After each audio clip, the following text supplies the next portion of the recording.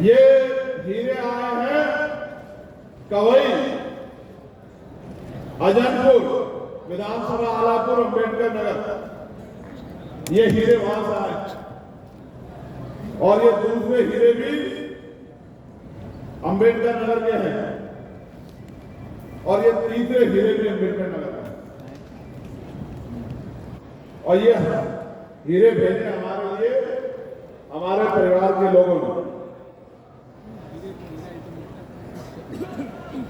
यहां तो भारतीय राजनीति में सब कुछ अमीरों के लिए है,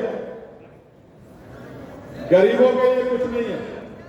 अमीर का बेटा प्रधान बनेगा, अमीर का बेटा चेयरमैन बनेगा, अमीर का बेटा जिला पंचायत का अध्यक्ष बनेगा, अमीर का बेटा विधायक बनेगा, अमीर का बेटा सांसद बनेगा, सब कुछ अमीरों के लिए। ये हीरे हैं जो मुझे दिए गए थे। दिख नहीं रहे ना वहां पे? नहीं दिख रहा है कि दूसरा चीज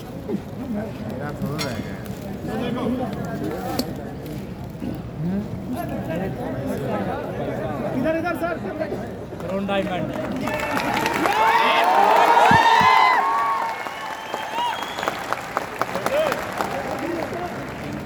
अरे यार ये ना यार ये वाले भी देखो, कैमरा सही लगा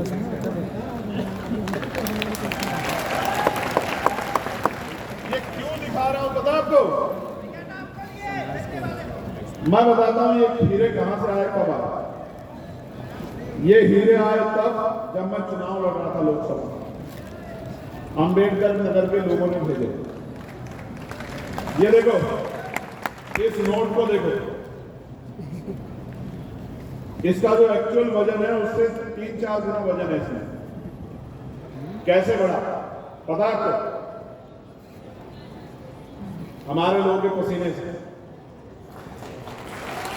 ये हजारों मजदूरों के हाथ से निकल के आया नोट। और ये देखो ये सिक्के, इनको कमाने में मेरे लोगों को सर से पैर तक पसीना आया होगा। देखो ये किसी गांव में इकट्ठा करके, ये देखो कितने प्यार से 1-1 रुपए के सिक्के, 2-2 रुपए के सिक्के भेजे मेरे लिए। ये हीरे, ये देखो, दिखे कैमरे वाला दिखाओ भाई, थोड़ा सा सर ऊपर सर ऊपर। ये हीरे हैं मेरे लिए। ये मेरी माओ ने भेजे, मेरी बहनों ने भेजे, सर पे ईंट उठा के, खेती करके, इसलिए भेजे कि मैं इन पैसों से बड़े बड़े राजनीतिक दलों का मुकाबला करके सांसद बन जाऊं।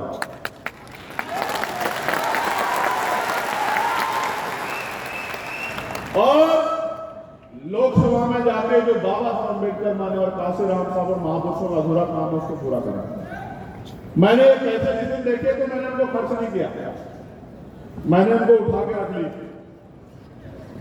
इसलिए रख लिए कि मुझे याद रहे कि मैं किनके नोटों से और किनके वोटों से सांसद बना। मेरी बात सुनो मेरे भाइयों, जब तक पैसे वाले नेता बनते रहेंगे तब तक पैसे वाले गरीबों की बात नहीं करेंगे। पैसे वाले कहां रहते हैं? महलों में, जिन महलों में आप घुस नहीं सकते। महलों वाले गरीबों के दर्द को जानते हैं क्या? महलों वाले गरीब के दर्द को समझते हैं क्या? महलों वाले गरीब के भूखे पेट को समझते हैं क्या? नहीं फर्क पड़ता उनको कि गरीब के पेट में रोटी कैसे आती। मुझे और इस मंच पर बैठे हर एक आदमी को फर्क पड़ता है। जब भूख के कारण किसी का बच्चा घर में रोता है, हमें फर्क पड़ता है, क्योंकि हम आप में से एक। इसलिए आपको दिखाने के लिए लाया कि जितने नोट मिले उतने वोट मिले। एक पैसा किसी अमीर ने मदद नहीं की, सारे पैसे गरीबों ने मदद की और बिहार के लोगों ने भी पैसे भेजे होंगे, ऐसा मेरा विश्वास है।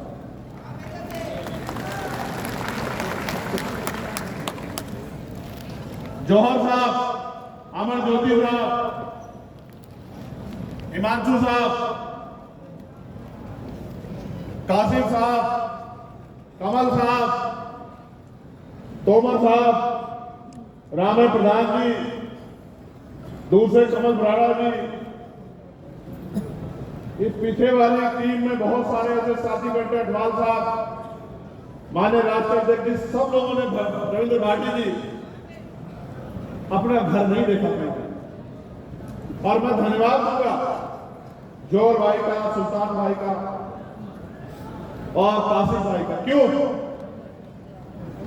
जोर भाई ईद में अपने घर में आए अपने बच्चों के बीच, कासिम भाई ईद में अपने घर में गए अपने बच्चों के बीच, और इसकी सुल्तान का नाम, इनकी वालिदा बीमार थी, इनकी माँ सुल्तान, वो हॉस्पिटल में थी, ये घर में गया।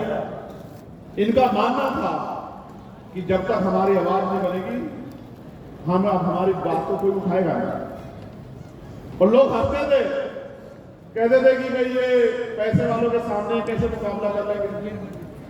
लेकिन मैं कहता हूं, जो साहब का हाथ काटते थे कि तमन्ना अगर सच्ची हो तो रास्ते हजार होते, तमन्ना अगर झूठी तो बहाने हजार होते।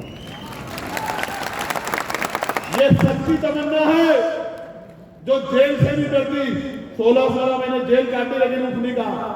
ये सच्ची तमन्ना है जिसने 250 लाठियां खाई लेकिन कभी आपके स्वाभिमान को कमजोर नहीं पड़ने दिया। सच्ची तमन्ना है जिसके दांत तोड़ दिए गए, जिसकी रीढ़ की हड्डी में, मैं सच कह रहा हूं, घबराना मत, मरने वाला नहीं होगी और झेलने वाला भी नहीं। याद रखना मेरी बात को। पिछले 3 दिन से हालात है कि बैठ नहीं पा रहा हूं।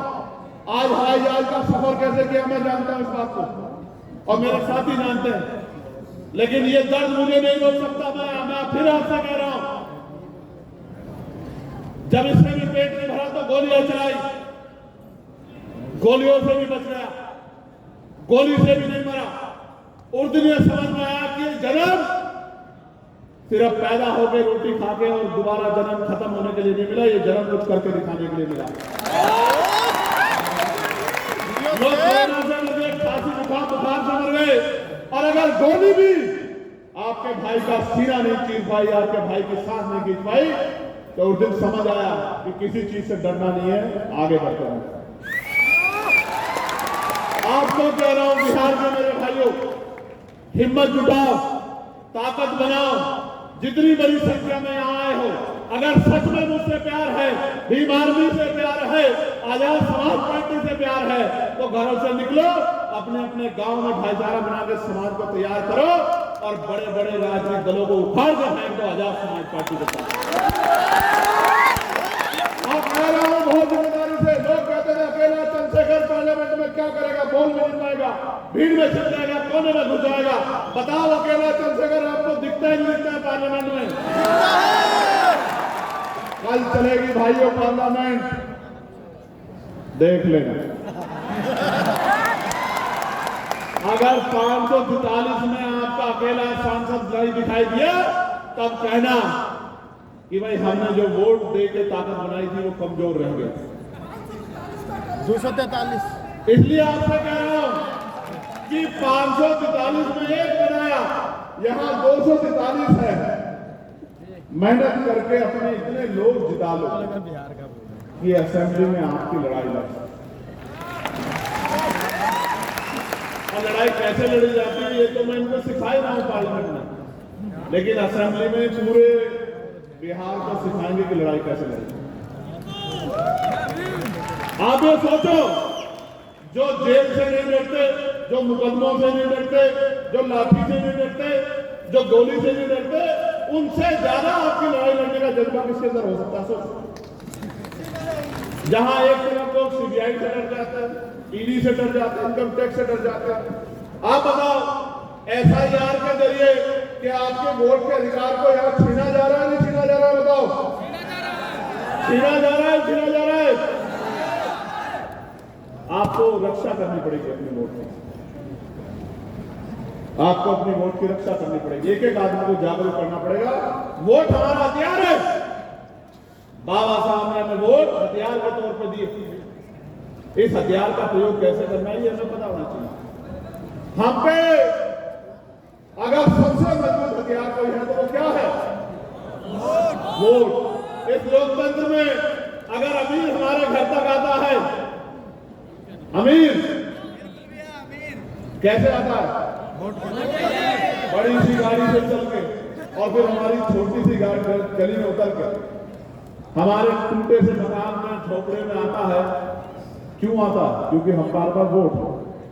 जितनी वोट हमारे पास दे रही, ये बाबा साहब अम्बेडकर को धन्यवाद करो सब लोग कि अगर बाबा साहब अम्बेडकर वोट का अधिकार नहीं दिलाते तो ये जो अपने आप को पैसे वाले समझते हैं आपके बच्चों में घुसने नहीं आते मेरे भाई। आज अगर ये आते हैं, किसी को चाची कहते हैं, किसी को ताई कहते हैं, किसी को बुआ कहते हैं, किसी को बहन कहते हैं, आपके पैरों के हाथ लगाते हैं, आपके बीच में बैठ के खाना खाते हैं, कीचड़ में घूमते हैं, वो भी एक ही दिन इस वोट की वजह से कि ये वोट आपसे ले लीजिए। आप ये सोचो, आप इतने लंबे समय से इनको वोट देते हैं, आपका क्या बना? कुछ नहीं। तो जब तक आपका कुछ नहीं बनेगा फिर करोगे क्या मेरे प्यारे? बताओ, इस बार कुछ बनाओगे नहीं बनाओगे? बनाएंगे पक्का बताओ, बनाओगे नहीं बनाओगे? और बिहार वालों एक बात और हमसे सीख लो, बिहार में आप अपनी मेहनत से बना लोगे, हम लोग भी आपके साथ आकर मदद करेंगे, लेकिन उत्तर प्रदेश में इस बार हम लोग काया पलट के रखने में मेरी बात करते हैं। और उत्तर प्रदेश की गूंज आप तक आ रही है नहीं आ रही है? कुछ सामाजिक संगठन, कुछ मीडिया के लोग कहते थे कि भीम आर्मी आजाद समाज पार्टी पश्चिम की पार्टी है। अभी इलाहाबाद वालों ने बताया नहीं बताया कहां की पार्टी है? बताया नहीं बताया? बताया नहीं बताया? चाहे विरोध में आलोचना में लिखा हो, मीडिया ने, इसी मीडिया ने लिखा ना कि 5000 कार्यकर्ता एक तरफ, 10,000 कार्यकर्ता एक तरफ। ये कहां से आए कार्यकर्ता? आप बताओ, आप पैसे में आए हो क्या? भूखे प्यासे मोटरसाइकिल से, रेल में, बस में अपनी मेहनत की कमाई का पैसा जुटा कर जो इतना बड़ा जन समूह आया, ये पैसों में नहीं आया। जो पैसों में आया हाथ खड़ा कर दो। संभव भाई देखना, कोई पैसों में तो नहीं आया। जो पैसों में आया है वो जोर से हाथ खड़ा करके दिखा देंगे।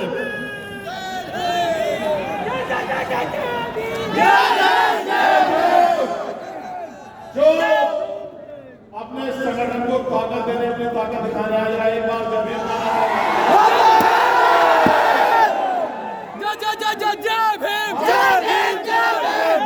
हम जो हैं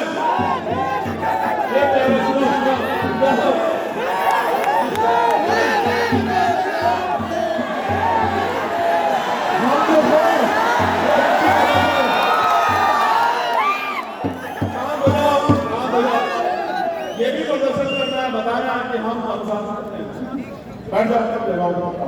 इस पूरे पंडाल में हमारा मंत्री खड़ा होना चाहिए अगले 1 मिनट के अंदर। चाहे कोई जगह मिल बैठा, जमीन पे, कुर्सी पे, कहीं ये भी बता दो, ये भी पता लगना चाहिए। जो लोग कहते हैं कि अनुशासित नहीं, उनको पता होना चाहिए कि ऐसा अनुशासन भी किसी के अंदर नहीं है जैसा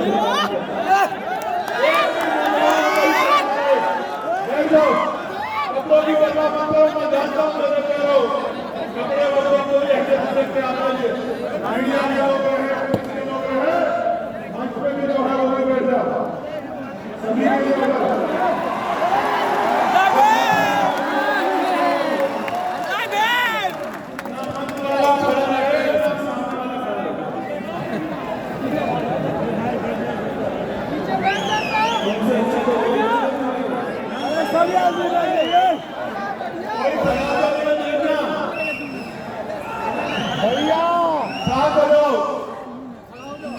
तो हम ये कह रहे थे आपसे कि हम जो है वो इनकी वजह से ऐसा। अगर बड़े बड़े राजनीतिक दल के लोग हमें पूछते हैं, बड़े बड़े अधिकारी कर्मचारी हमें पूछते हैं, तो इनकी वजह से पूछते हैं लोकतंत्र में। ये हमारे साथ आपसे कह रहा हूं, अगले 5 मिनट आपसे बात करूंगा बिहार के भाइयों, बिहार की बहनों, माओ, नौजवान साथियों। झंडा उठाते हो बहुत अच्छी बात, नारा लगाते हो उससे भी अच्छी बात है, आंदोलन करते हो उससे भी अच्छी बात है, लेकिन सबसे अच्छी बात यह है कि आने वाले 2 महीने में वो करके दिखाओ जो बड़े बड़े राजनीतिक दल करने की हिम्मत नहीं जुटा पाते। घर से निकलो और अगर 8 घंटे पेट को पालने के लिए लगाते हो तो 2 घंटे अपने अपनी बस्तियों को, अपने अपने बूथ को, अपने अपने क्षेत्र को तैयार करने में लगा। आपने सबको मौका दिया है। यहाँ कोई सरकार आपके बगैर नहीं बनी। अगर नीतीश जी की सरकार में बनी तो आपकी वजह से बनी। आरजेडी की सरकार बनी आपकी वजह से बनी। लेफ्ट के लोगों को मौका मिला आपकी वजह से बना। कांग्रेस के लोग को मौका मिला आपकी वजह से मिला। जब आप दूसरों को बना सकते हो तो क्या एक मौका आजाद समाज पार्टी काशीराम को मिलना चाहिए, मिलना चाहिए। टीवी चैनल पे बैठ के कहेंगे, सुनो आज ही बता रहा हूं, टीवी चैनल पे बैठ के कहेंगे, कानपुर वाले हमारे वाल्मीकि भाई साहब खड़े हैं, मुझे यहीं से दिख रहे हैं। टीवी चैनल पे क्या कहेंगे आपसे बैठ के कि ये पार्टी इसको नुकसान पहुंचा रही, वो पार्टी इसको नुकसान पहुंचा रही। आप मुझे बताओ, अभी जब ये फ्लोर टेस्ट हुआ, कौन सी पार्टी के लोग भाग के जिनकी वजह से सरकार दोबारा से बनी? बताओ कौन सी पार्टी है? कौन सी पार्टी? जोर से बताओ। हमारे मेंबर थे क्या? है? हमारे मेंबर भागा क्या? हमारे मेंबर को भगा सकता है क्या कोई? फिर मध्य प्रदेश में सरकार बदली, सीनियर पत्रकार साथी बैठे हैं। मध्य प्रदेश में सरकार बदली, जनता ने वोट दिया कांग्रेस को, और कांग्रेस के 20 एमएलए चले गए भाजपा में, और सरकार बदल के शिवराज सिंह चौहान जी मुख्यमंत्री बन गए। कितने रुपए मेंबर भागे भाई? आप ये चाहते हो हम आपके पिछलग्गू बने, हम आपका झंडा उड़ाए, आप नेता बना, कुर्सी बैठे, हमारा आदमी नीचे बैठा। काहे का बैठा भाई? काहे का बैठा? हमारा आदमी कुर्सी पे बैठेगा, हमारा आदमी बैठेगा कुर्सी पे। जब तक हम लोग नहीं समझ पाए हमारे लोग लोकतंत्र को, तब तक आपका पिछलग्गू थे। अब अगर कोई बात होगी तो बराबरी की बात होगी, हिस्सेदारी की बात होगी, इसके अलावा कोई बात नहीं होगी। मेरी बात का ध्यान रखना। हिस्सेदारी की बात होगी, बराबरी की बात होगी, पॉलिसी की बात होगी। बताओ चल ट्राइब के लोगों को क्या दोगे? बताओ मुसलमानों को क्या दोगे? बताओ नौकरियों में क्या हिस्सेदारी दोगे? बताओ निजी क्षेत्रों में क्या दोगे? बताओ प्रमोशन रिजर्वेशन दोगे नहीं दोगे? बताओ जमीन दोगे नहीं दोगे? बताओ उनको लोन दोगे नहीं दोगे? बताओ उनको दो में ठेकेदारी में आरक्षण दोगे नहीं दोगे? हम भी वोटर है क्या? हमेशा वोटर बने रहेंगे?